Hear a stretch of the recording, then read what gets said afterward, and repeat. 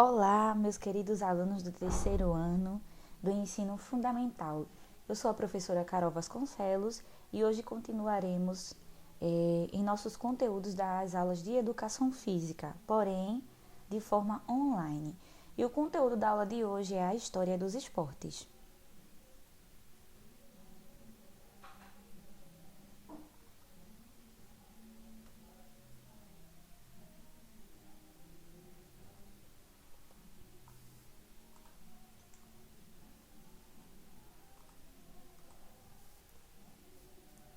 Então, a história dos esportes, ela remete desde os primórdios na história humana. E hoje nós vamos conhecer um pouco dessa história e conhecer a evolução dessa história desde o seu início aos dias atuais. Vamos conhecer agora a história dos esportes. A história dos esportes ela é dividida em 3 períodos. Quais são eles, professora? O primeiro é o período antigo, até a primeira metade do século XIX. E aí a gente já tem os primeiros registros, em pintura, do que seriam esse esporte antigo. Como o nome já diz, em tempos antigos, em sociedades antigas, ele acontecia. Dando continuidade, vem o esporte moderno, de 1820 a 1980. E aqui a gente já tem mais uma imagem, como por exemplo, o futebol inglês, o futebol que se originou na Inglaterra, e ele faz parte do esporte moderno porque nasceu nessa época, de 1820 para cá. Dando continuidade, vem o esporte contemporâneo, que é de 1980 até os dias atuais. E nos dias atuais, hoje, nós temos aqueles esportes que nós conhecemos, o vôlei, o basquete, a ginástica, o futsal, o futebol e etc.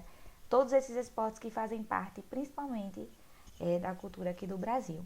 Agora eu vou falar um pouco específico das civilizações antigas, de como o esporte ele acontecia nessas civilizações.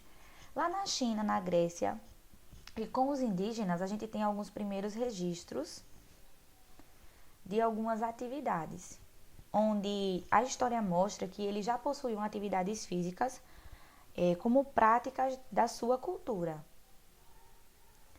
E no Japão e na China, haviam as artes marciais, que na verdade surgiram lá e foram se desenvolvendo até os dias de hoje como nós a conhecemos. E aqui tem uma foto mostrando um exemplo disso. O Egito já praticavam corridas e arremessos durante jogos que eram realizados. Em todas as sociedades a gente observa que tem aquele momento dedicado ao esporte, até nos dias atuais. Já os índios, eles praticavam um tipo de futebol que era chamado de tiati, que era um jogo onde eles já utilizavam uma espécie de bola e os movimentos de deslocamento com essa bola, que é bem semelhante ao futebol. Aqui tem uma imagem representativa, porque o que nós temos até então são os relatos do que os índios praticavam. Seguindo lá na Grécia, a gente teve o destaque com a realização dos Jogos Gregos e os Jogos Olímpicos da Antiguidade. E aqui a gente tem uma representação já mostrando em pintura como eram os atletas, os jogos que praticavam, as sequências de períodos em que eles realizavam, ou seja, além dos jogos gregos, tinha também os Jogos Olímpicos, que aí a gente vai ver mais para frente. Ainda sobre a Grécia, é interessante citar que os Jogos Olímpicos foram realizados a partir de 779 a.C., na cidade de Olímpia, por isso o nome Jogos Olímpicos, com a competição de modalidades esportivas como luta, salto em distância, arremesso de disco, corrida e o boxe. Sabia disso?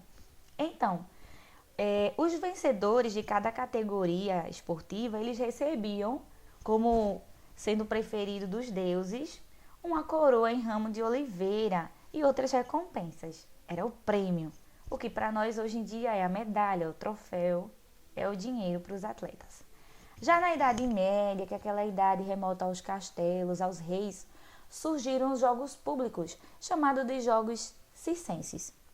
E dentro destes jogos estavam os torneios medievais. E aqui a gente tem a representação daqueles cavaleiros que batalhavam entre si para ver quem vencia. E aí a realeza assistia junto com a plebe.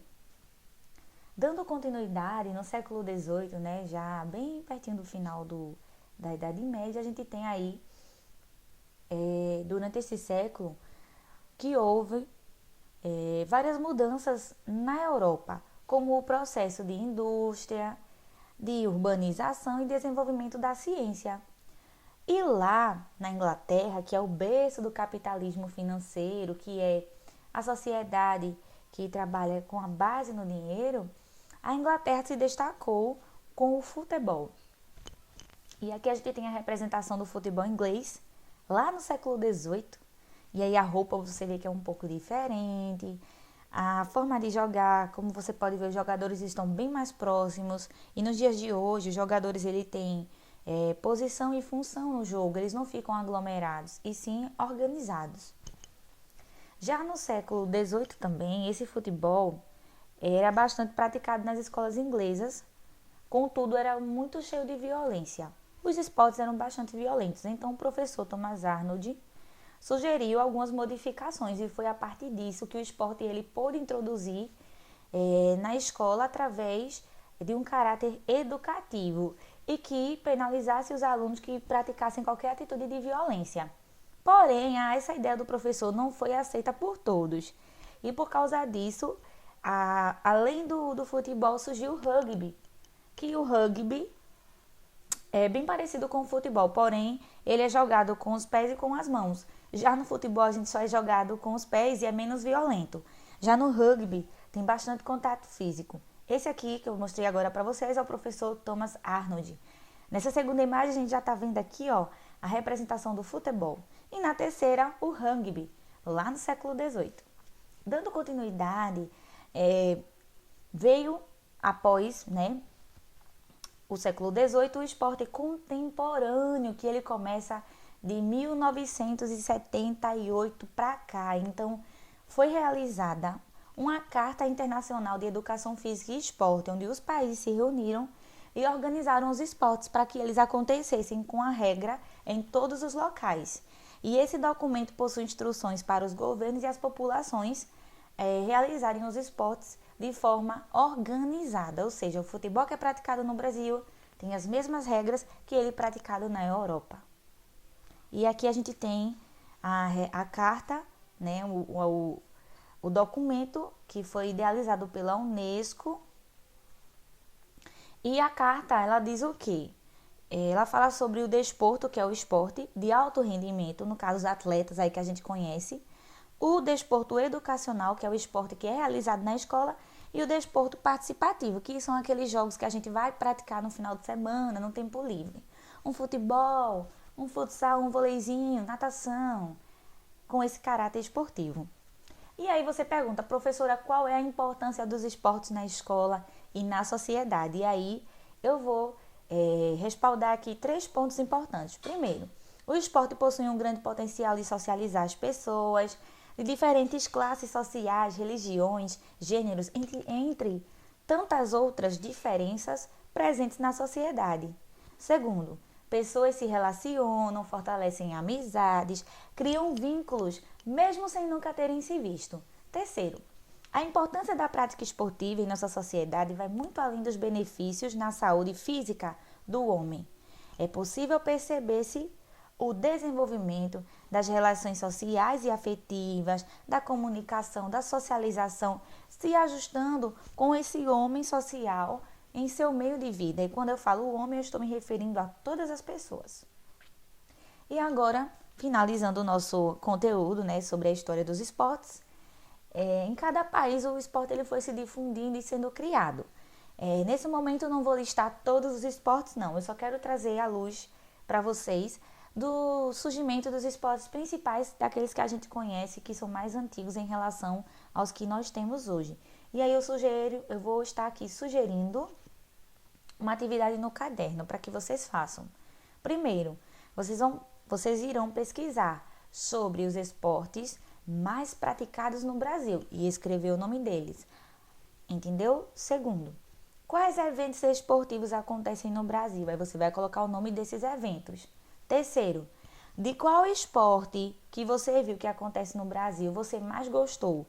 Aí você vai falar um pouquinho sobre ele. Professor, eu gostei de tal esporte porque ele acontece assim, assim, assim. E na quarta, você vai responder quais esportes você já vivenciou na escola. Ou seja, você já brincou na escola. Então, pessoal, até a próxima aula. Essa foi a referência utilizada em todo o nosso trabalho. Eu desejo um bom estudo e uma boa atividade. Fiquem com Deus, um forte abraço e em breve estaremos juntos na escola, se Deus quiser.